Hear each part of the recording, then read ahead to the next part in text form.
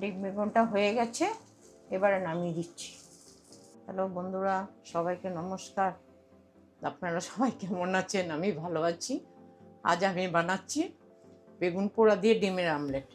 এখন স্টার্ট করছি। এখন বেগুনটাতে আমি একটু পোড়াবো বলে একটু সরষের তেল মাখিয়ে নিচ্ছি, তাহলে বেগুন পোড়াটা ভালো হবে।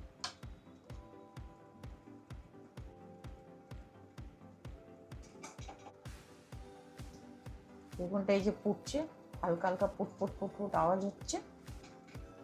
এক পিঠটা হয়ে গেছে, আরেক পিঠটা এখন পাল্টি করে দিলাম। এইবারে বেগুনটা হয়ে গেছে, একটা নামিয়ে নিচ্ছি। এবার আমি বেগুনটা ছাড়িয়ে নিচ্ছি।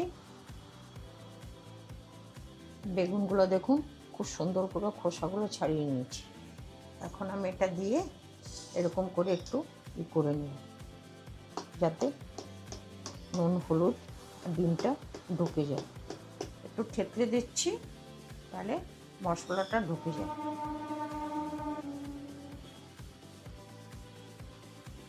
ডিমটা ফাটিয়ে নিচ্ছি,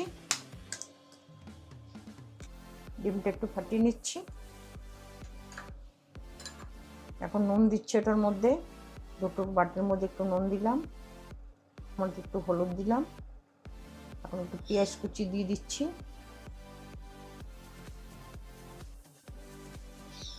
একটু লঙ্কা কুচি দিয়ে দিচ্ছি, একটা একটা লঙ্কা করে আমি দিয়েছি। ঝালটা যেরকম খাবেন বুঝে দেবেন। তো ধনে পাতা দিয়ে দিলাম।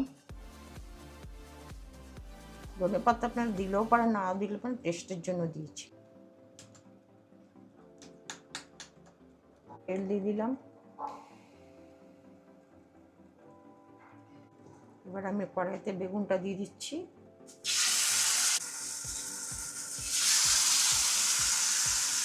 একটু নুন দিয়ে দিচ্ছি। এবার আমি ডিমটা দিয়ে দিচ্ছি,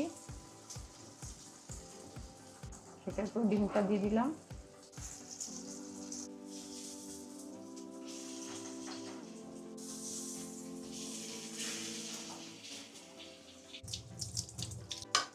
ডিম বেগুনটা হয়ে গেছে, এবারে নামিয়ে দিচ্ছি। পোড়া বেগুনের রেসিপি হয়ে গেছে। কুকু খাচ্ছে ডাল ভাত, এখন টেস্ট করছি কেমনি হয়েছে। ভালো লাগছে বেগুন পোড়া দিয়ে ডিমটা অমলেট।